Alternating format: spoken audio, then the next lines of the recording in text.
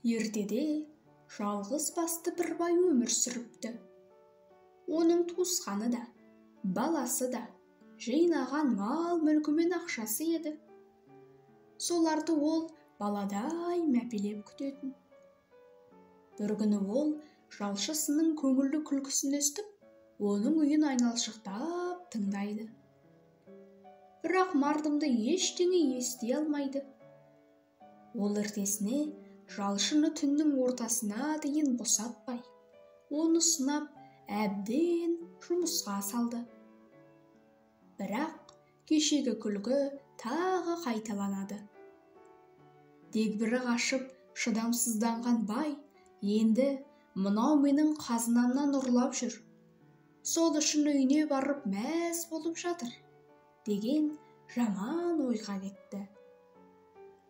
Ол жалшысының есігін бір теуіп кіріп барады.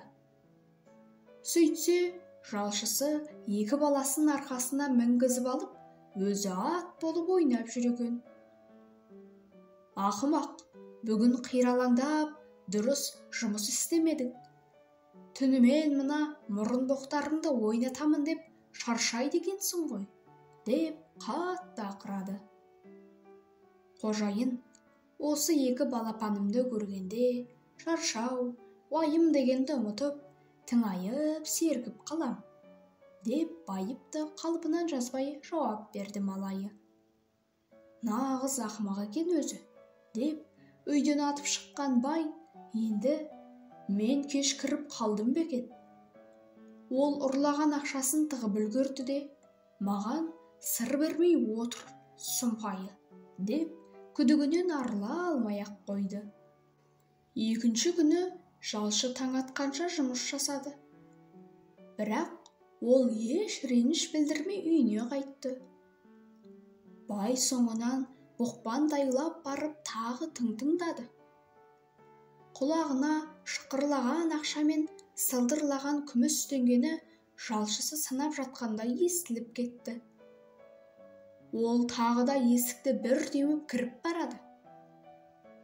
Екі баласын екі жағына алып, қаннен қаперсіз рахаттанып ұйықтап жатқан жалшысын көргенде не істерін білмей қалды. Үн-түнсіз білдіртпей, тып-тыныш ғана үйден шығып кетті. Сонда да күдігі сейлер емес.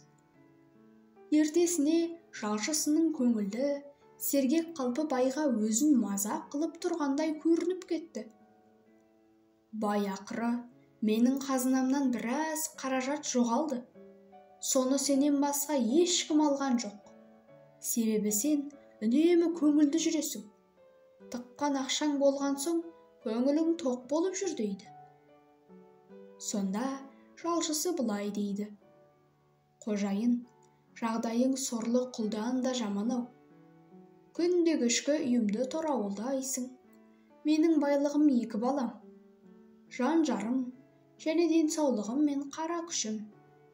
Құла ниектеніп, таң атқаннан кеш батқанша Тәңіріммен осы байлығыммен айыра көрме деп тілеймін.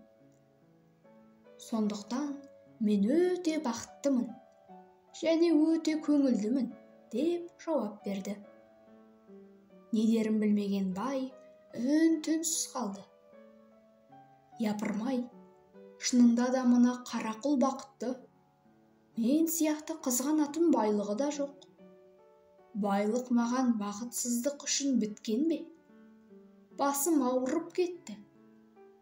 Осы күні жалшы үйіне ерте қайтты.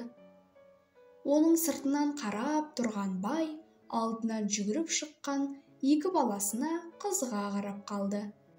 Осылайша жалшы өзінің өте бақытты адам екенін, өте көңілді болып жүретінін, неге екенін дәлелдеді.